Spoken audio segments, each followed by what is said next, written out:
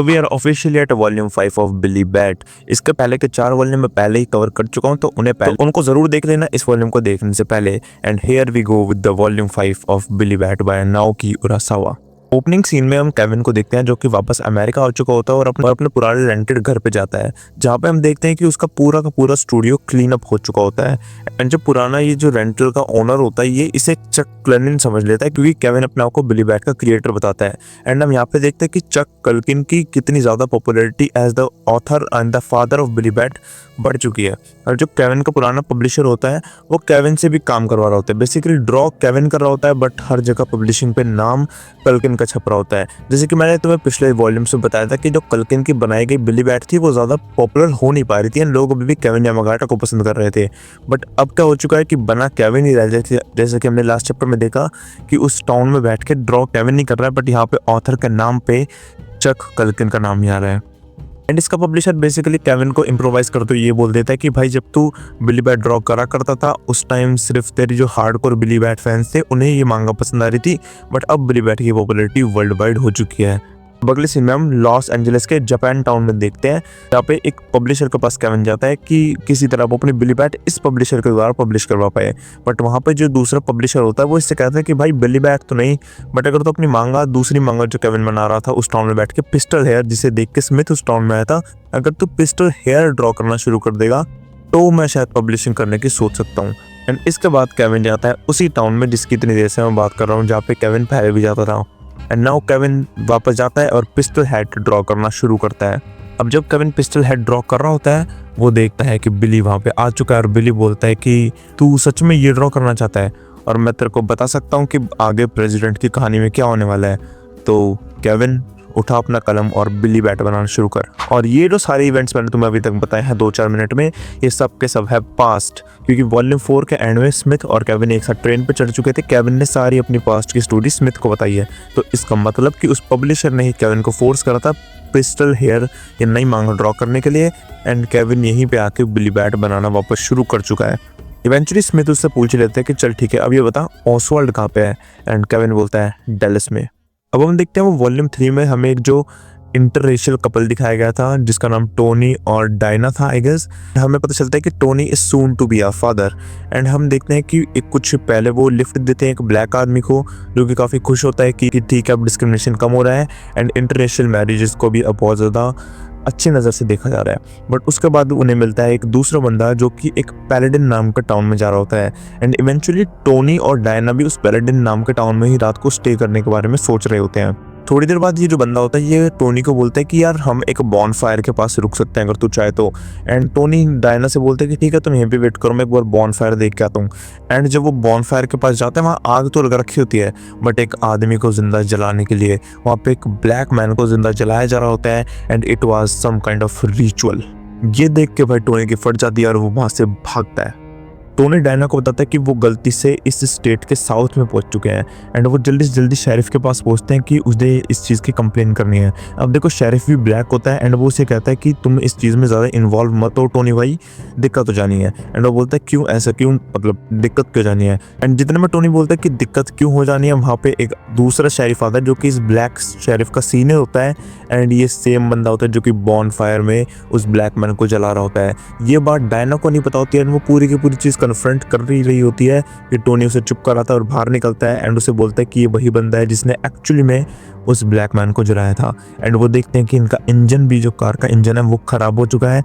And वो सोचता है कि भाई ठीक है अब सब कुछ खराब होने वाला है। जब पुलिस स्टेशन में वो वाइट बंदा आता है तो ये जो शेरिफ होता है ये डायना को अपनी गर्लफ्रेंड बताता है जस्ट टू बी सेफ, कि अगर एक वाइट और एक ब्लैक वुमन को इन्हें एज अ कपल देखा तो शायद अभी भी ये लोग डिस्क्रिमिनेट करते हैं और ये टोनी और डायना के साथ कुछ गलत कर सकते हैं। अब भाई टोनी जाता है एक मैकेनिक के पास एंड वहाँ पे एक लेडी भी दिखाई जाती है, वो भी ब्लैक ही होती है। एंड वो कहती है कि मेरे हस्बैंड मिसिंग है एंड हमें शायद पता है कि उसका हस्बैंड ही था जिसे बॉन फायर में जला दिया गया था।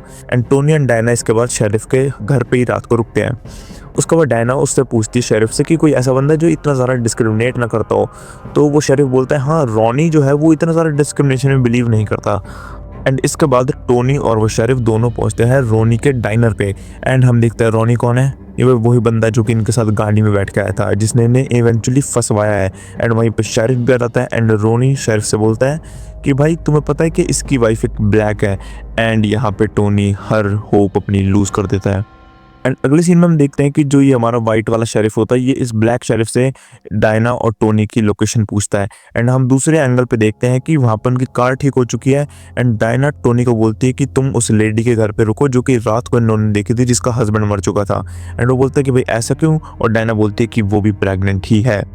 अब आगे जब टोनी, डायना और उस लेडी की कन्वर्सेशन हो रही होती है तो हमें पता चलता है कि उस लेडी का जो हस्बैंड था वो एक रिवोल्यूशनरिस्ट था जो कि मार्टिन लूथर किंग और बिली बैट जैसी चीज़ें पढ़ा करता था। एंड टोनी अब जैसे ही उस बिली बैट की कॉमिक को पढ़ रहा होता है, वो उसकी एक लाइन से काफ़ी ज़्यादा मोटिवेट हो जाता है, एंड वो भागने की जगह बिल्कुल सामने जाकर रोनी और उस शेरिफ को कन्फ्रंट करता है। एंड जब वो वहाँ पे जाता है तो रोनी उसको बहुत मारता है, एंड वो जो शेरिफ होता है वो कहता है कि क्या तूने देखा क्या वहाँ पे एक्चुअली। एंड वो कहता है कि भाई मैंने तेरे जैसे बंदे को देखा था, एक बंदे को जलाते हुए। एंड हमारा शेरिफ बोलता है कि मेरा जो कज़न है कर्ट, उसी ने ये सब करा है। इसका मतलब जो शेरिफ था उसने एक्चुअली में इन लोगों का नहीं जलाया है। एंड इसके बाद जो हमारा ये वाइट शेरिफ होता है वो कहता है कि मुझे ब्लैक लोगों से नफरत तो है, बट मर्डर एक अलग चीज़ है। Okay, so before moving ahead मैं तुम्हें एक चीज़ बताना चाहता हूँ कि ये जो वॉल्यूम 5 है बिली बैट का, ये बहुत ज़्यादा सिमिलर है नाओ कुरोसावा सेंसे के राइटिंग स्टाइल से। मतलब सिमिलर क्या, उन्हीं ने लिखा है, बट चीज़ ये है कि तुम अगर नाओ कुरोसावा को कोई और भी काम देखोगे तो वो इसी तरह से अपनी स्टोरी को एक्सप्लेन करते हैं कि एक वॉल्यूम में 3 मेन स्टोरी हमें जैसे यहाँ पे दिखाई गई है। पहली केविन और स्मिथ की, दूसरी डायना एंड टोनी की, और तीसरी जो हम देखेंगे ऑसवाल्ड एंड कुरुसु की। एंड इवेंचुअली आने वाले वॉल्यूम्स में भी ऐसा होगा कि तुम्हें दो तीन अलग स्टोरीज दिखाई जाएगी, बट इन द एंड और इन सम अदर वॉल्यूम इन तीनों चैप्टर्स को और तीनों चारों स्टोरीज को इतनी अच्छी तरह से मर्ज कर दिया जाएगा कि तुम्हें लगेगा it was a perfect puzzle to be solved. जैसे कि तुमने अगर मॉन्स्टर देखा है, तुम्हें पता है मैं किस बारे में बात कर रहा हूँ कि लगभग एपिसोड 60-61 तक हर चीज़ बिल्कुल डिसइंटीग्रेटेड रहती है, हर चीज़ इधर से उधर रहती है, एंड 70 एपिसोड के आसपास हर चीज़ सेंस बनाना शुरू कर देती है।